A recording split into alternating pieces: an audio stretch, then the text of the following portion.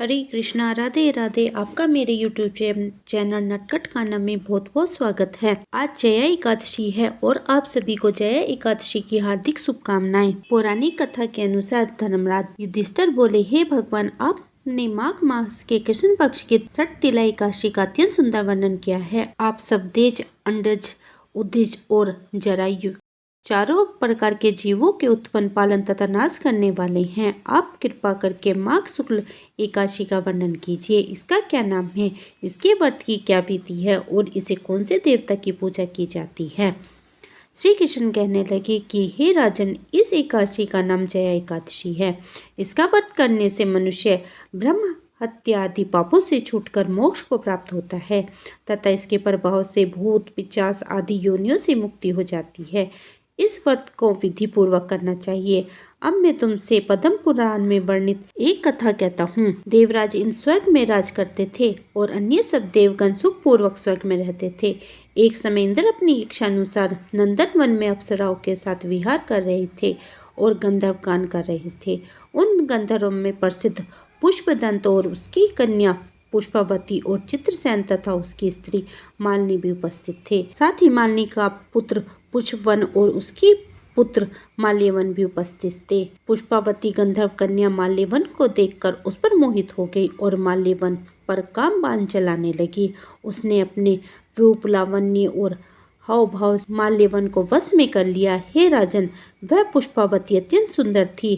अब वे इंद्र को प्रसन्न करने के लिए गान करने लगे, परंतु परस्पर मोहित हो जाने के कारण उनका चित्त भ्रमित हो गया था। इनके ठीक प्रकार से न गाने तथा स्वर ताल ठीक नहीं होने से इंद्र उनके प्रेम को समझ गया और उन्होंने इसमें अपना अपमान समझकर उनको शाप दे दिया। इंद्र ने कहा, हे मूर्खों, तुमने मेरी आज्ञा का उल्लंघन किया है, इसलिए तुम्हारा अधिकार है। अब तुम दोनों स्त्री पुरुष के रूप में मृत्युलोक में जाकर 50 रूप धारण करो और अपने कर्मों का फल भोगो। इंद्र के ऐसे श्राप सुनकर वे अत्यंत दुखी हुए और हिमालय पर्वत पर दुख पूर्वक अपना जीवन व्यतीत करने लगे। उन्हें गंध, रस तथा स्पर्श आदि का कुछ भी ज्ञान नहीं था। वहाँ उनको महान दुख मिल रहे थे। उन्होंने एक क्षण के लिए भी निद्रा नहीं आती थी। उस जगह अत्यंत शीतल था। उससे उनके रोंगटे खड़े रहते और माँ शीत के दांत बजते रहते थे।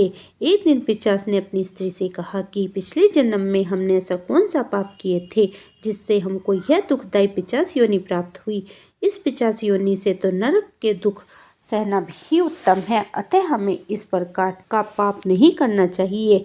इस प्रकार विचार करते हुए वे अपने दिन व्यतीत कर रहे थे। देव योग से तभी माघ मास के शुक्ल पक्ष की जया एकादशी आई।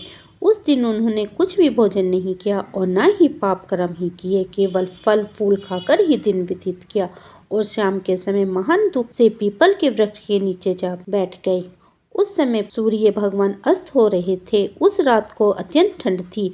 इसी कारण वे दोनों शीत के मारे अत्यंत दुखित होकर मृतक के समान आपस में चिपटे हुए पड़े रहे। उस रात्रि को उन्हें निंद्रा भी नहीं आई।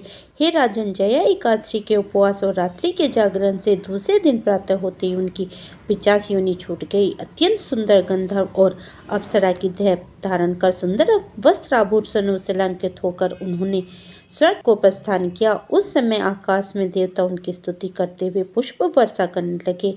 स्वर्ग लोक में जाकर इन दोनों ने देवराज इंद्र को प्रणाम किया। इंद्र इनको पहले रूप में देखकर अत्यंत आश्चर्यचकित हुआ और पूछने लगा कि तुमने अपनी पिशाच योनि को किस तरह से छुटकारा पाया, सो सब बतलाओ। माल्यवन बोले कि हे देवेंद्र, भगवान विष्णु की कृपा से जया एकादशी के व्रत के प्रभाव से ही हमारी पिशाच देह छूटी है। तब इंद्र बोले कि हे माल्यवन, भगवान की कृपा और एकादशी का व्रत करने से न केवल तुम्हारी पिशाच योनि छूट गई, वन हम लोगों से भी वंदनीय हो गए हो, क्योंकि विष्णु और शिव के भक्त हम लोगों के वंदनीय हैं, तय आप धन्य हैं। अब आप पुष्पावती के साथ जाकर विहार करो। श्री कृष्ण कहने लगे, हे राजन, हे राजा युधिष्ठिर, इस जया एकादशी के व्रत से बुरी योनि छूट जाती हैं।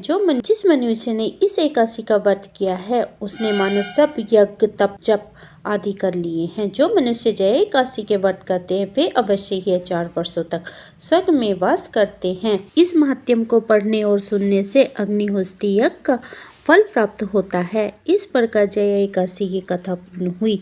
बोलो बाके बिहारी लाल की जय। जो भी एकादशी का व्रत रखते हैं उन्हें दसवीं से ही व्रत के नियमों का पालन करना चाहिए। दसवीं तिथि के दिन उन्हें सूर्यास्त होने से ही सात्विक भोजन कर लेना चाहिए और एकादशी के दिन प्रातःकाल जल्दी उठकर स्नान करें और व्रत का संकल्प ले। फिर भगवान विष्णु की पूजा करें। पूजा करते हुए विष्णु को पीले फूल पीले फल अर्पित करें। भगवान विष्णु की फोटो तस्वीर पर हल्दी का मिला हुआ दीपक जलाए और पीपल के पत्ते पर दूध और केसर की बनी हुई मिठाई रखकर भगवान के सामने भोग अर्पित करें और उसमें तुलसी दल भी होना चाहिए। और भगवान विष्णु के सामने शुद्ध घी का दीपक जलाकर उन्हें केले का भोग अवश्य ही लगाना चाहिए। इस दिन भगवान विष्णु के साथ माँ लक्ष्मी का भी पूजन करना चाहिए, क्योंकि माँ लक्ष्मी का पूजन करने से माँ लक्ष्मी बहुत प्रसन्न होती हैं। इसी के साथ हमारे जया एकादशी की कथा संपूर्ण हुई। बोलिए विष्णु भगवान की जय। दोस्तों, आपको मेरी ये वीडियो पसंद आई है तो वीडियो को लाइक कीजिए और चैनल को सब्सक्राइब कीजिए और अपने परिवार और मित्रों में शेयर कीजिए। मिलती हूँ एक और नई वीडियो के साथ, तब तक के लिए हरे कृष्णा, राधे राधे।